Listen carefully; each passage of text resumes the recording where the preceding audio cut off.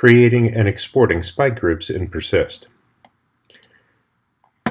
This recording has already been processed using Persist 13, and we can see the spike detections listed or displayed in the trend and also in the comment list. But we want to have a particular group of spikes exported so that we can do analysis on those. So we can launch the spike review program. We just happen to be displaying an individual spike here, but let's launch spike review. And then we can look at the average spikes. I'm going to make this full screen. Turn off the maps. And I'm going to leave artifact reduction off just for some speed.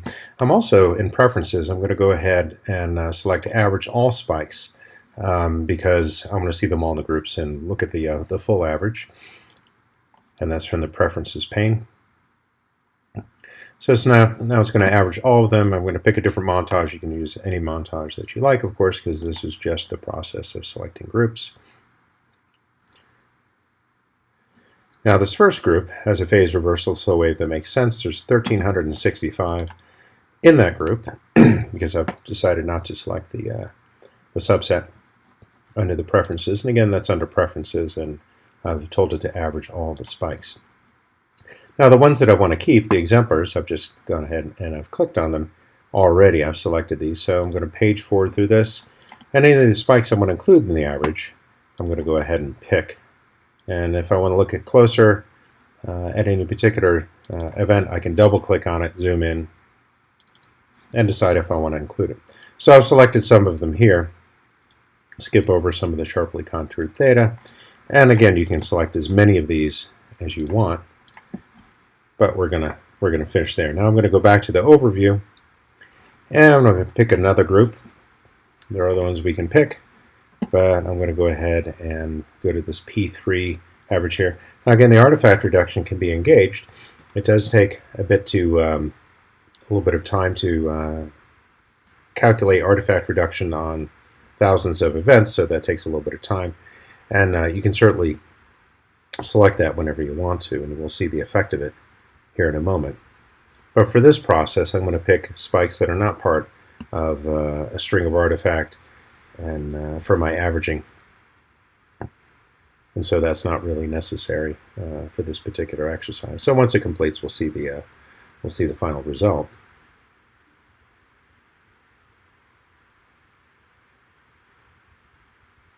And there it is. You can see the artifacts reduced. But I'm going to go ahead and toggle that off.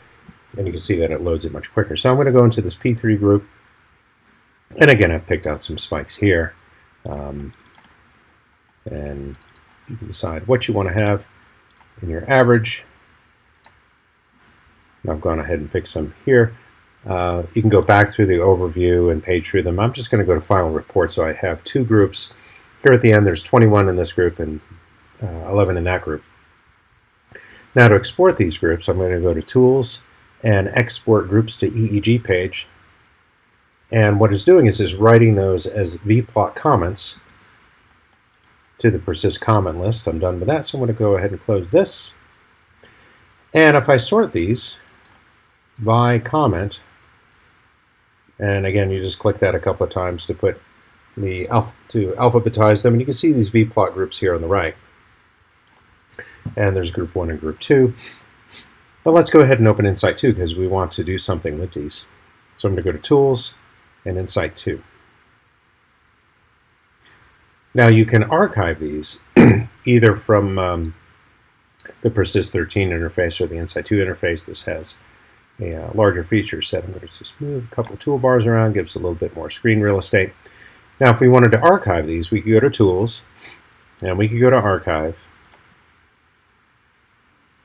Select the Advanced button. This is the same interface in the Insight 3. And I can go ahead and add a comment type, and here I'm going to call it at vplot g equals 1 star asterisk after that. And I want to have 1 second before and after, or we could have 0.5 on either side of this. Let's do that. Click OK. I could do multiple groups, so let's just do this one. Now when I click Clip Export, it should take just that. I'm going to remove the export entire record. We don't want that. And I'm going to go ahead and put this up on the desktop, create a folder, call it archive, and save that file. So what it's done is it's created a spike file, an average of those spike detections end to end, and we'll look at that in a moment. Let's look at something else we can do with that, though. We want to display the comment list, which is already checked here. If it's not showing up, there's a little bar there on the right. You can pull that out. These are these vplot comments, and I can go from one to the next, and this is the subset that we exported.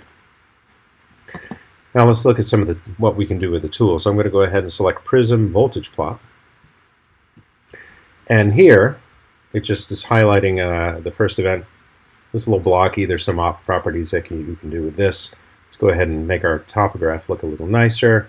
We'll go ahead and select Contours. And again, the voltage plot is set by default to 1000. And we're going to display this. Click OK.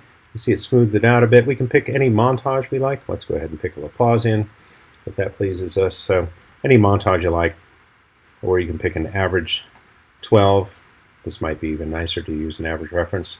So here's that first event, but we want to pick a bunch of them and average them. So I'm going to select the group, and this selects group 1. So there's an average of group 1, and then I can pick group 2.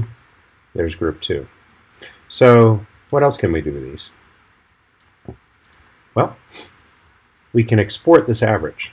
So if we go to Tools and Export Traces to a file, this is going to create a text file. And let's go to Desktop, and we'll go to our archive folder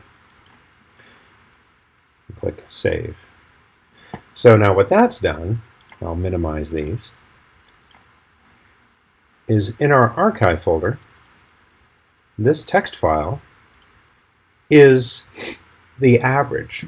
Now it's in CSV value, but if you take any one of these channels and you highlight the range, which is 1 second of data, and you drop that into Excel and do a line graph, you'll see the averaged waveform. So this is the averaged waveform exported in CSV. Makes it easy to pull into any program you like. Go ahead and close that.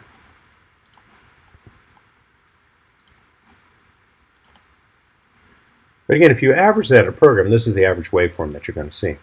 Now, some other things you can do in this program is you can create propagation maps and so forth.